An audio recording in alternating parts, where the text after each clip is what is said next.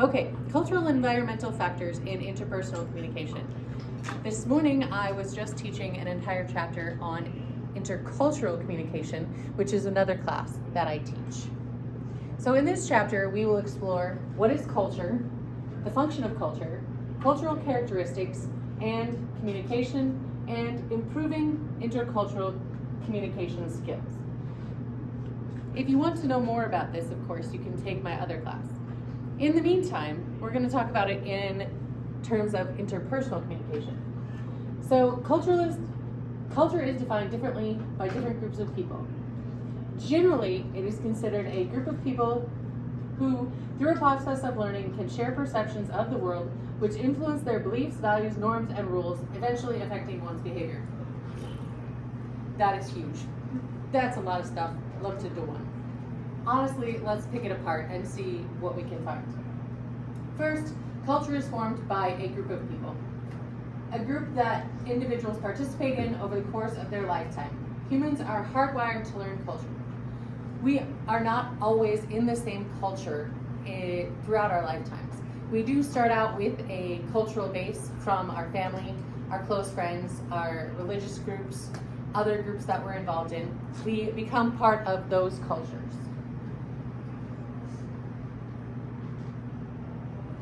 So what else is culture? Culture facilitates a shared perception of the world. Again, this includes our beliefs, values, norms, and rules. So the beliefs are assumptions and convictions held by an individual, group, or culture about the truth or existence of something.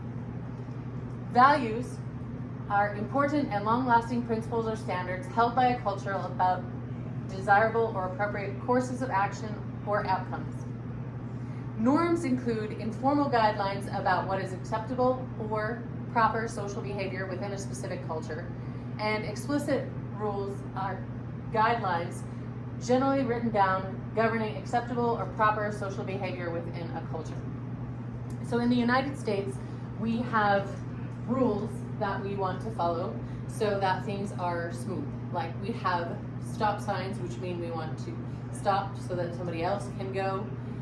We have law enforcement officials, we have government officials that come up with these rules for us to follow. Like we should all pay our taxes, that's a social norm. Beliefs, values, those also indicate what we feel is culturally appropriate. So a value that you might feel is culturally appropriate would be to wear a hijab if you are Muslim and you feel that is socially and culturally appropriate, so you do that. I'm not a part of that culture, so I don't choose that, but I certainly could if I was part of that culture. So what is a co-culture? This is a regional, economic, social, religious, ethnic, or other cultural group that exerts influence in society. Simply belonging to a cultural group doesn't mean everyone within that culture is identical, and bringing a unique sense of history and purpose is part of a co-culture. So what cultures do we have within the United States that are co-cultures? We have a lot. We have different religious affiliations. We have different affiliations based on how people dress. We have different affiliations based on the groups that people are part of. And all of those are co-cultures. So we could even call a skateboarding culture a co-culture. We could include people's different religions as co-cultures. Or if you belonged to a specific extracurricular activity, like if you were in a sport, people in those sports use specific terms and they have specific beliefs and norms about what is socially appropriate. So those become co-cultures within the larger culture of your school or of the United States, etc.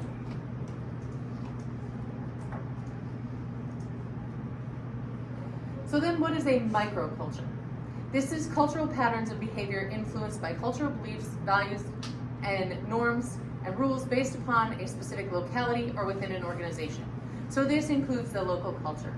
This provides individuals a sense of belonging on a more localized level. So here where I live in Fort Morgan, Colorado, there are 24 different languages spoken on any given day. That means we have a lot of local microcultures. the people that speak to each other in those different languages, the people a little bit more broadly who dress similarly, and a little bit more broadly, the people who cook and eat things similarly. These are all part of the microcultures that are very localized here in Fort Morgan. What purpose does culture serve? It provides a collective self-esteem. Cultural stereotyping has positive or negative outcomes and provides normative views. So, collective self-esteem is the aspect of an individual's self-worth or self-image that stems from their interactions with others or evaluation of their various social groups. There are 4 factors: the private collective self-esteem, membership self-esteem, public collective esteem, and importance to identity. So the collective self-esteem for your group might be that we are all jocks, and so we do certain things certain ways. We work out all the time, we do weightlifting class, we have practice before or after school, unless of course you get on to a more specific level like the collegiate level, and then they have even more regimented schedules, including a specific study time. Then if you move on to a professional level, you are doing much more practicing and preparation and exercising than you were at the high school level. This becomes part of one's self-esteem. When you're a part of a sport, you may feel like you belong to that group and you are part of a specific group of people who have this talent and who are able to do things that others are not. Unfortunately, after you stop participating in a particular sport, these things might become even more difficult. That is why the individual self-esteem that we talked about last week is important. How does culture provide collective self-esteem? So we'll go over these again really quickly. Private collective self-esteem is the degree to which an individual positively evaluates their group. Membership esteem is the degree to which an individual sees themselves as a good member of a group. Public collective esteem, the degree to which non-members of a group evaluate a group and its members either positively or negatively. And importance to identity, the degree to which group membership is important to an individual. What if an individual views their cultural group as being better than others? And what if an individual's cultural group is viewed negatively by society? We're going to cover those here in just a couple minutes. First, what happens when an individual feels their heritage is viewed positively by a communication partner? That would probably be a good thing. Individuals with high collective self-esteem report more favorable interactions with individuals from other cultures. Individuals with low collective self-esteem report less intimate social interactions with individuals from other cultures. So if you don't really know who you are, the high collective self-esteem, then it's harder to engage with people of other cultures so that you understand where they're coming from a little bit better. This is why we do stereotyping. Stereotyping is a set of beliefs about the personal attributes of a social group. This can be positive or negative, accurate and inaccurate. The types of stereotypes. Cultural stereotypes are beliefs possessed by cultural groups about another social group. Personal stereotypes are those held by an individual and do not reflect a shared belief with the individual's cultural groups. So we all stereotype. Stereotyping is fine. It's a way that we organize information in our heads. It's okay to a point. When we start to apply that to everyone within a cultural group, when we start to diminish people's cultural self-esteems or group memberships based on our stereotype, then it becomes a problem. So categorizing people is not a problem. Using those categories to just keep a person in a particular box, that's when it becomes a problem.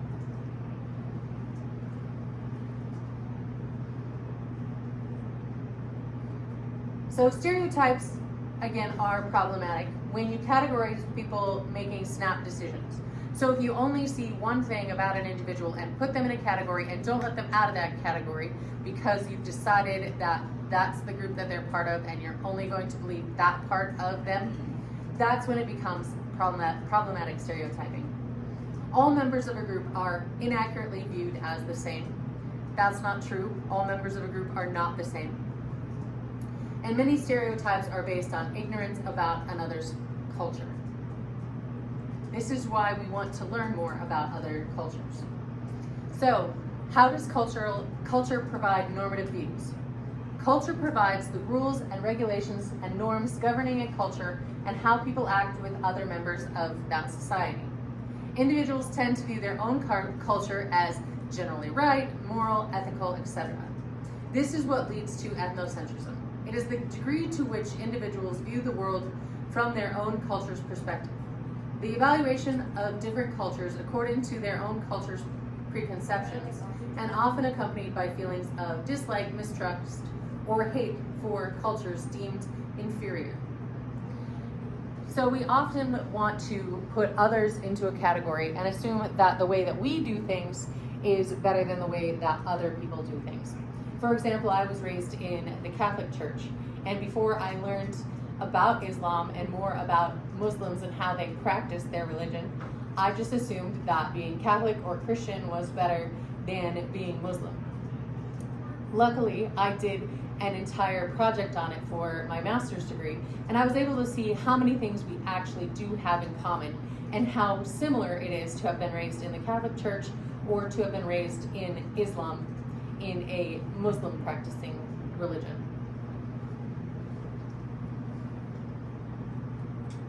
How does patriotism pertain to ethnocentrism? Well, patriotism means that we feel that our country is better than all other countries. This is very similar to ethnocentrism, as we feel like we are better than everybody else.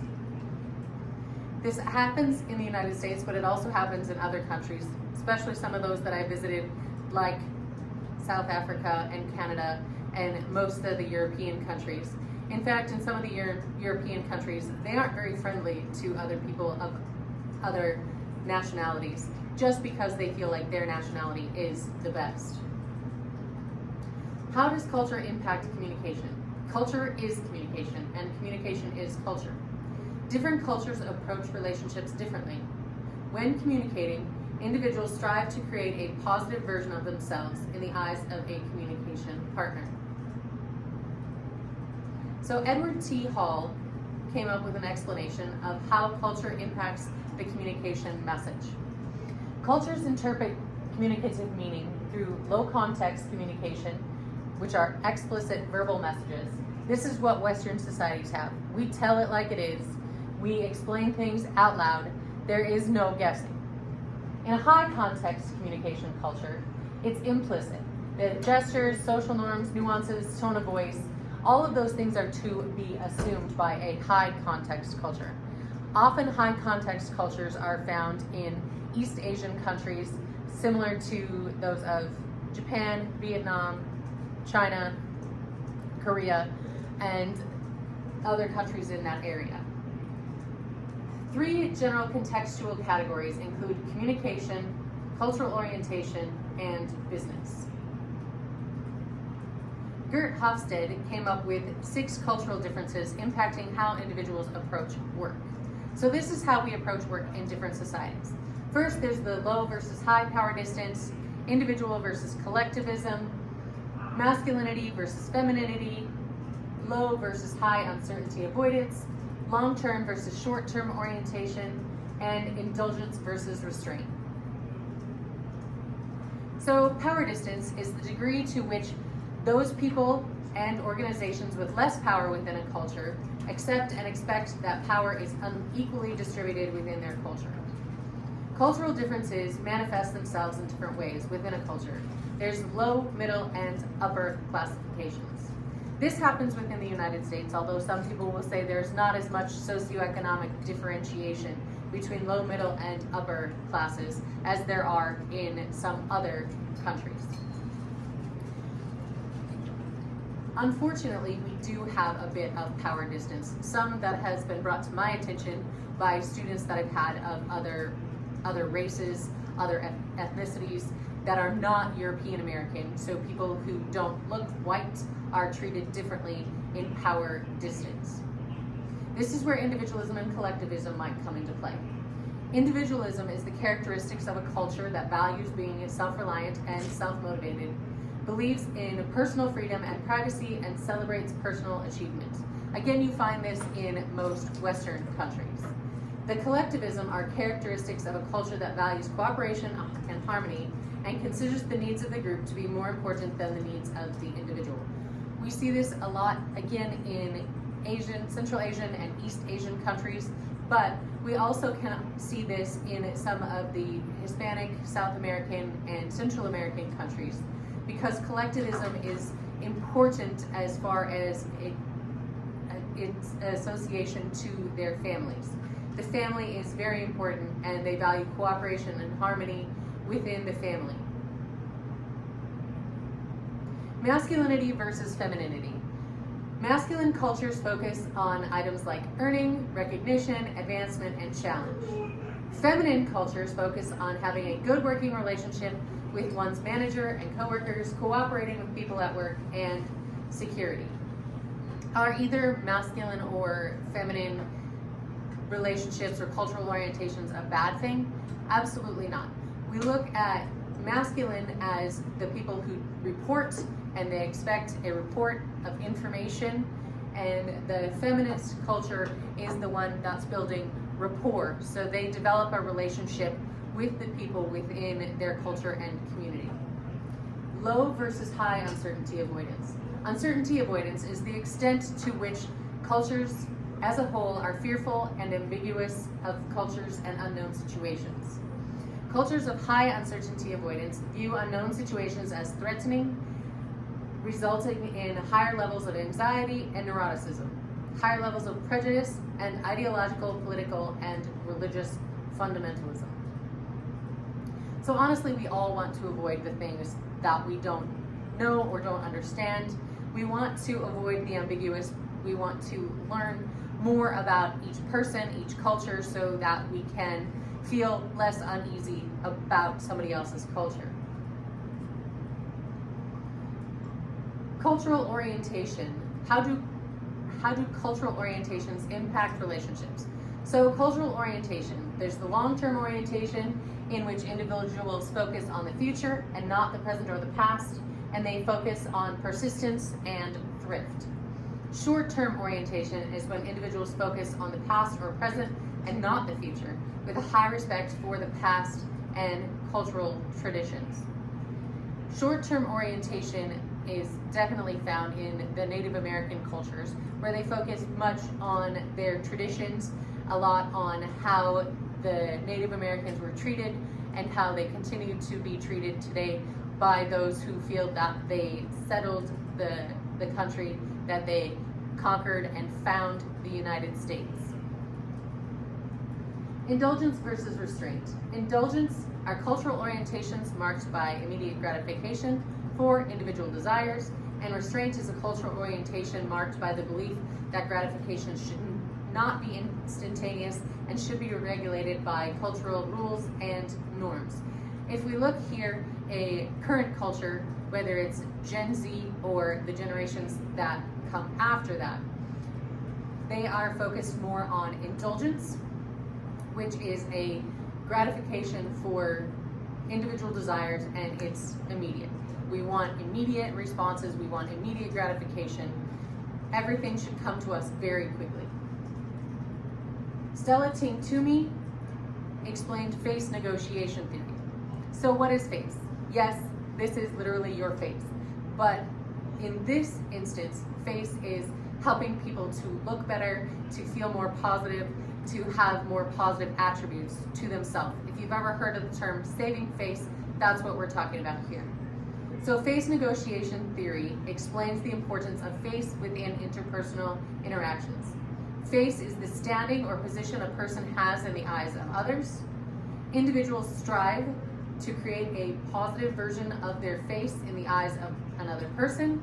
And there are 3 types of face. The self face, which is the concern for ourselves, the other face, which is concerned for another person, or multi-face, which is concerned for both interactions and the relationship. So this is a super long slide and lots for me to read to you. If I was creating these slides, wouldn't do it quite this way. I wouldn't put this much information on one, but I'm going to go ahead and read it to you so that you understand the 7 assumptions of face negotiation theory. People in all cultures try to maintain and negotiate face in all communication situations. The concept of face is problematic in emotionally vulnerable situations.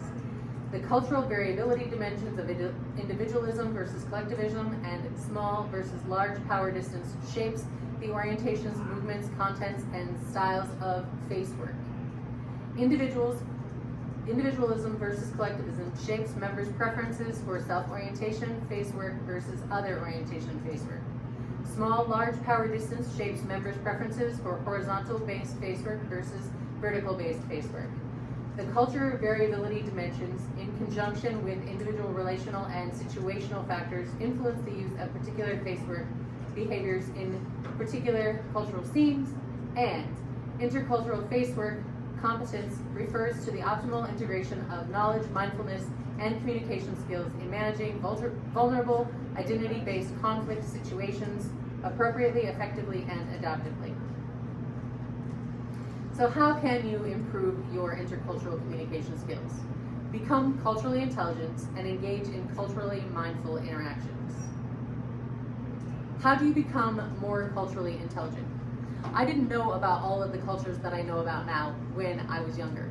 Luckily, my parents encouraged people from other cultures, other places, other countries, faiths, etc. to come visit us at our dairy farm. So, of course, they could learn about cows and dairy farming, and also so that we could meet them and learn about their cultures. So, cultural intelligence is the degree to which an individual is capable of communicating competently in varying cultural situations. So I'm thankful for my parents for introducing me to people of other cultures so that I didn't feel uncertain and want to avoid meeting other people of different backgrounds. There are 4 types of cultural intelligence. Cognitive CQ. CQ is cultural intelligence, the degree to which an individual has cultural knowledge. Motivational CQ, the degree to which an individual desires to engage in intercultural interactions and can easily adapt to differing cultural environments. Metacognitive CQ is the degree to which an individual is consciously aware of your intercultural interactions in a manner that helps them have more effective interpersonal experiences with people from different cultures. Finally, behavioral CQ is the degree to which an individual behaves in a manner that is consistent with what they know about other cultures. So to be culturally appropriate, when I spoke at a Muslim funeral, I went online to make sure that I was dressed appropriately and did not need to wear a hijab or a sari or anything that would make me look more appropriate at this particular funeral, and also to know what the beliefs of the folks were about death, life, and an afterlife. How can you engage in culturally mindful interactions? The overall goal of mindful intercultural interactions is to be present in the moment in a non-judgmental way. You want to pay attention, you want to be intentional about your communication, and have a positive attitude. It is really fun to learn about different cultures in different places and different spaces. That is why I have been to more than 20 countries on 6 continents, because I'm interested in learning about other people and how they live and how they do things. So I'm planning more trips in the future that will allow me to be a more interculturally competent communicator.